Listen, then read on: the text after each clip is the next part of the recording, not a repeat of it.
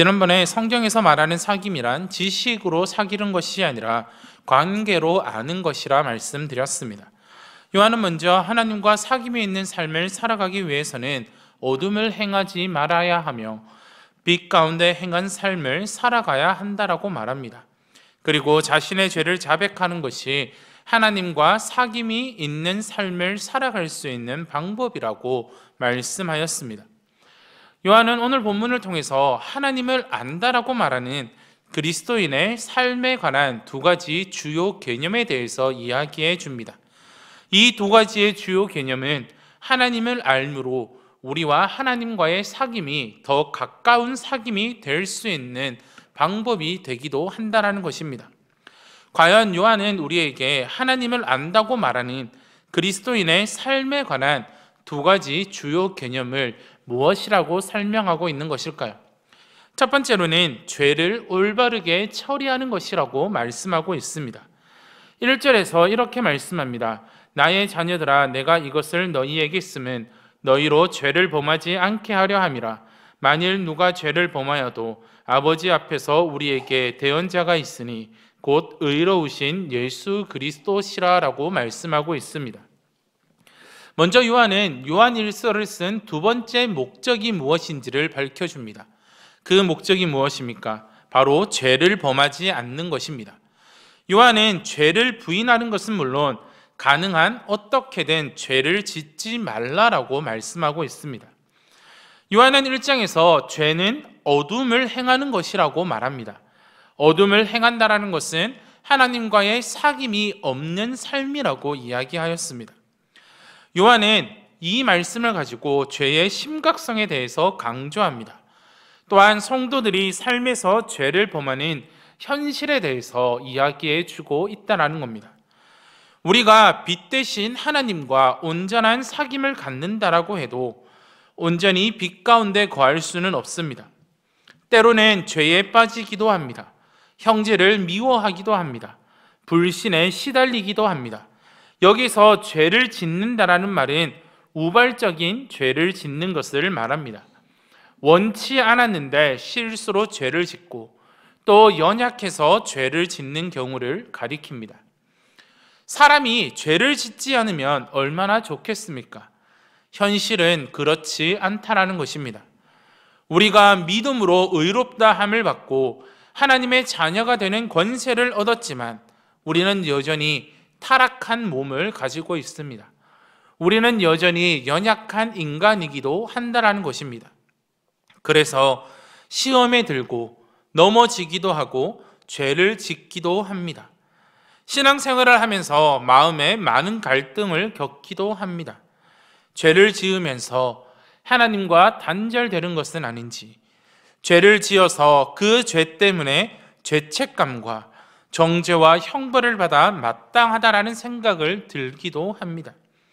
그러나 요한은 죄 때문에 겪는 이러한 문제에 대해서 걱정할 필요가 전혀 없다라고 말합니다. 그렇다고 해서 죄를 계속 지으라고 이야기하는 것도 아닙니다. 왜 요한은 죄에 관한 문제들 때문에 걱정하지 말라라고 말하고 있는 것일까요? 1절 하반절을 보시면 요한은 이렇게 이야기합니다. 만일 누가 죄를 범하여도 아버지 앞에서 우리에게 대언자가 있으니 곧 의로우신 예수라라고 말씀하고 있습니다. 그리스도인들이 죄를 짓더라도 그것으로 인해 자책하거나 절망하거나 좌절하지 말라는 것입니다. 그 이유는 아버지 앞에서, 하나님 앞에서 우리를 대언해 주시는 대언자가 계시기 때문입니다. 의로우신 예수 그리스도께서 하나님 앞에서 우리를 대언해 주시기 때문에 요한은 아무런 걱정을 하지 말라라고 말씀합니다. 다시 말하자면 이 죄가 우리 하나님과의 사귐을 갖는데 아무런 문제가 되지 않는다라고 이야기하는 것입니다. 대언자라는 말은 변호자, 상담자, 위로자, 도움을 주는 자라는 뜻을 가지고 있습니다. 즉 예수님이 우리의 대언자가 되신다라는 말은 예수님이 우리의 변호자가 되신다라는 것입니다. 예수님께서 하나님 앞에 서셔서 믿는 자들의 편을 들어 변호해 주신다라고 말씀하고 있는 겁니다. 이 변호는 한 번으로 끝나는 것이 아닙니다. 우리에게 대언자가 있으니라고 말합니다. 여기서 있으니라는 이 단어를 살펴보시면 이 말은 우리를 위해서 예수님께서 한 번이 아니라 지속적으로 우리를 대언해 주시는 것을 말씀하고 있는 겁니다. 그러나 우리는 잊지 말아야 될 것이 하나 있습니다. 그것이 무엇입니까? 바로 하나님은 절대 죄를 가볍게 보시지 않는다라는 겁니다. 예수님이 우리의 대언자가 되신다라는 것, 예수님이 매일 계속 지속적으로 우리의 대언자가 되신다고 죄를 너무나 쉽게 해결할 수 있다라는 착각을 하지 말아야 하는 것입니다. 죄를 지을 때마다 다 하나님 앞에 자백하면 이 죄가 해결된다라고 생각하여 죄가 아무것도 아닌 것처럼 우리는 여겨서는 안 됩니다. 하나님은 모든 행위와 은밀한 일을 선악간에 반드시 심판하시는 분이십니다. 소멸하는 불로 모든 더러운 죄를 태워 심판하는 분이시기도 합니다. 성도가 죄를 짓고 자백할 때마다 예수님께서 하나님 앞에서 우리를 대언하시고 하나님께서는 그 예수님의 변호를 들으시고 성도의 죄와 허물을 용서하시는 이유가 무엇입니까? 그 이유에 대해서는 2절에서 말씀해 주고 있습니다. 2절 말씀을 보시면 이렇게 말씀합니다.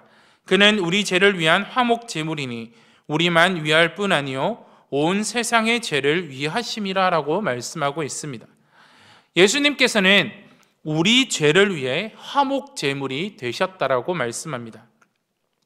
이 말을 정확하게 번역하면 속죄 제물이 되셨다라고 말씀드릴 수 있습니다.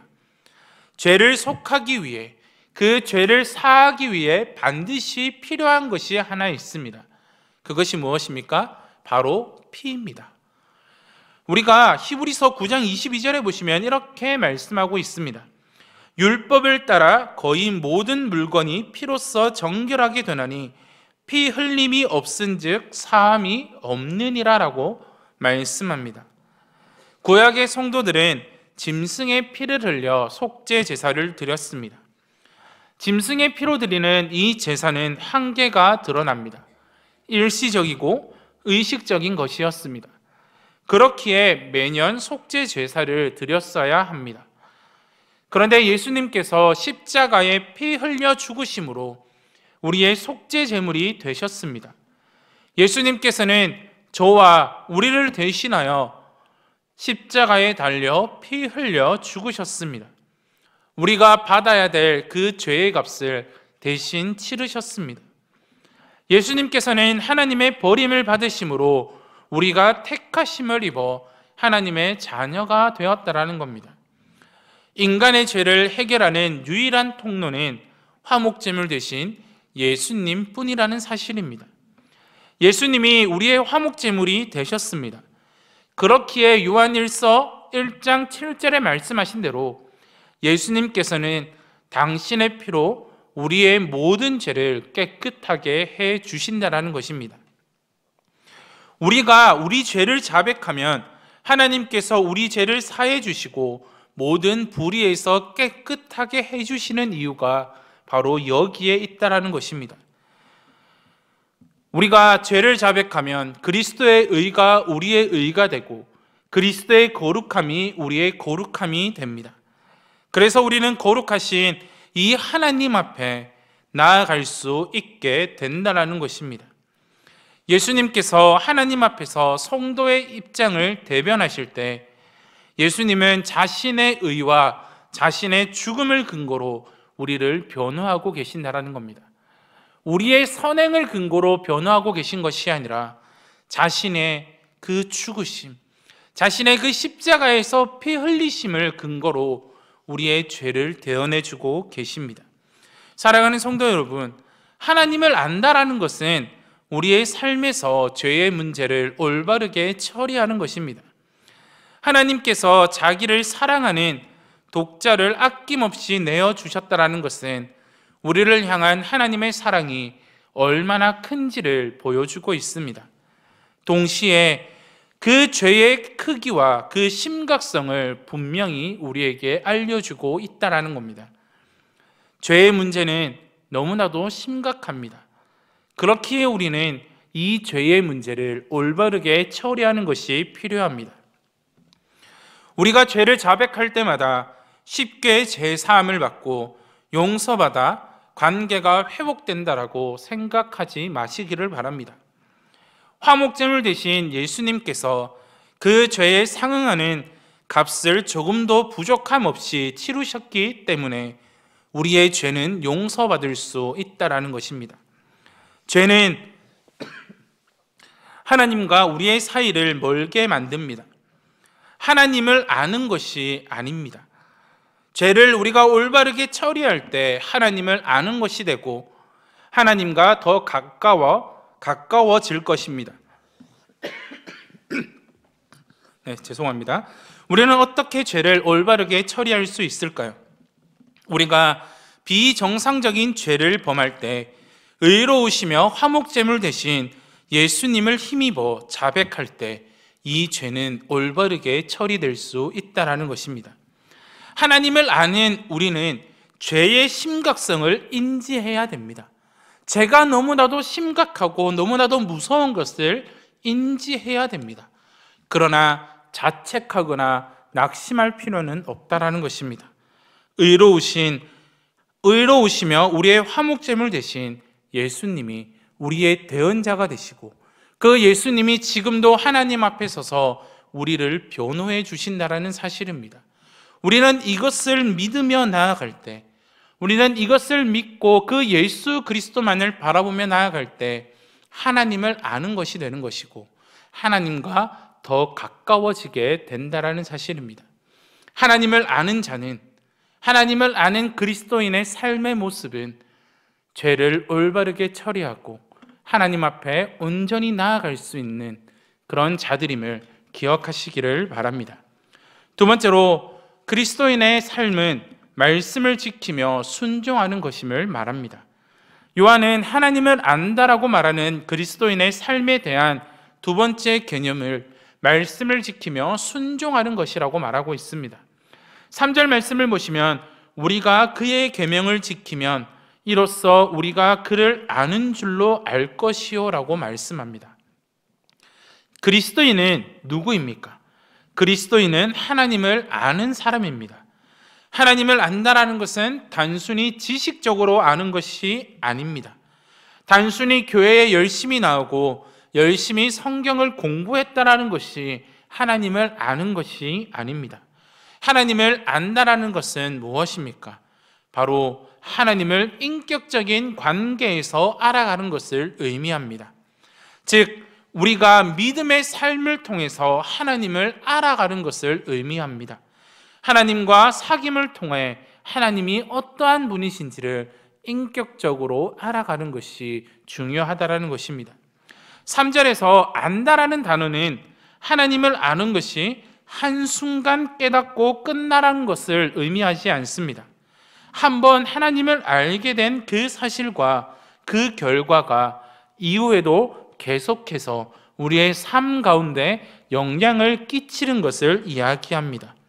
참으로 하나님을 안다라는 것은 그날 알게 된 사실이 오늘 나를 더 깊은 하나님과의 알므로 인도한다라는 겁니다. 즉, 다시 말씀드리자면 하나님을 지속적으로 알아가는 삶으로 나타난다라는 것을 이야기합니다. 또한 3절에서 지키다라고 이야기하는 이 단어도 반복해서 지속적으로 이루어지는 행위를 가리킵니다. 즉, 한번 지키고 만다라는 것이 아니라 우리의 삶의 전체의 방향이 하나님의 계명을 지키는 방향으로 지속되어지고 나아가고 있음을 이야기해 주고 있는 것입니다. 이것이 하나님을 아는 자의 모습입니다. 그와는 반대로 하나님을 안다라고 말하면서 그 계명을 지키지 않는 자는 거짓말하는 자고 진리가 없는 자입니다. 이런 자들은 하나님이 요구하시는 것에 순종으로 반응할 줄 모르는 자들입니다. 이들은 그리스도 안에서 하나님을 안다라고 말합니다. 내가 하나님을 너무나도 잘 안다라고 말합니다. 하지만 하나님이 계시하시는 뜻에는 아무런 관심이 없습니다. 하나님의 말씀에는 아무런 관심이 없습니다. 하나님의 계명에는 아무런 관심이 없습니다. 이런 사람들은 그 안에 진리가 없는 자임을 요한은 말해주고 있습니다. 그들에게 중요한 것은 무엇일까요? 하나님의 말씀과 하나님의 계명을 지키는 것이 아닙니다. 그들에게 있어서 중요한 것은 자기 자신이고, 자신이 무엇을 원하고 무엇을 받을 수 있는지에 대해 관심이 있다는 것입니다. 결국 요한은 3절과 4절의 말씀을 통해서 무엇을 이야기해 주고 있는 것일까요? 요한은 말로 하는 고백은 순종의 삶을 통해 검증되어야 한다라고 말해주고 있습니다. 물론 사도는 이 요한은 그 계명을 지키면이라고 말하지만 그 계명을 완전히 지키는 사람은 없습니다. 심지어 이 자리에 저 있는 저조차 하나님의 말씀을 완전히 지킨다라고 말할 수는 없다라는 겁니다. 우리는 너무나도 연약합니다. 그렇기에 우리는 모두 넘어지고 실패하는 사람입니다. 요한 역시 완전해야 한다라고 말하는 것이 아닙니다. 그렇기에 우리는 죄를 짓는 자들이기에 죄를 자백해야 한다라고 요한은 앞서 이야기했습니다. 그러면 요한이 말하는 이 순종은 무엇을 이야기하는 것일까요? 완전한 순종이 이야기하는 것은 없습니다. 요한이 말하는 순종은 완전한 순종이 아니라 하나님을 아는 사람은 하나님의 계명을 지키는 일에 관심을 가지고 있고 그 일을 그 어떤 것보다 가장 중요하게 여긴다라는 것입니다. 순종하고자 하는 의식하는 마음이 더 중요하다라고 요한은 이야기해 주고 있습니다. 순종은 단순히 외적인 행동을 이야기하는 것이 아니라 마음의 태도까지 살피는 것을 말합니다. 말로는 하나님을 믿는다라고 하지만 행위로는 하나님을 믿지 않는 자처럼 살아가는 자들이 너무나도 많습니다. 물론 말과 행동, 암과 삶에는 간극이 있을 수밖에 없습니다. 그러나 하나님을 아는 진정한 지식은 그 알의 대상을 사랑하게 만들고 사랑하는 하나님을 위해 행동하게 만드는 것입니다. 우리의 힘으로 순종할 수는 없습니다.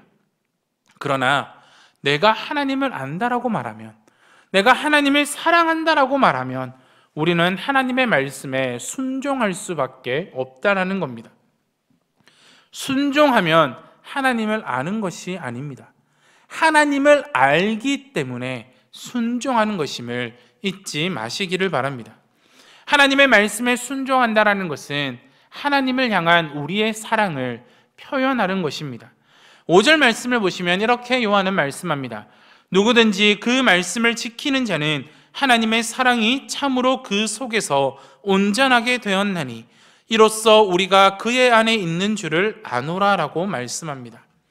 하나님의 사랑이 온전하게 되었다라는 이 말은 무엇을 뜻하는 것일까요? 순종하는 사람이 하나님을 향해 보이는 사랑을 이야기합니다. 하나님을 아는 사람이 사랑의 증거로 말씀을 지키고 순종합니다. 하나님의 사랑이 온전하게 되었다라는 것은 하나님의 사랑이 성취되었다라는 뜻입니다. 우리는 사랑에 대해서 많은 오해를 하고 살아갑니다. 성경에서 이야기하는 사랑은 매우 실천적이고 구체적이라는 사실입니다. 말로만 사랑한다라고 하는 것이 아니라 행동으로 드러나는 것입니다.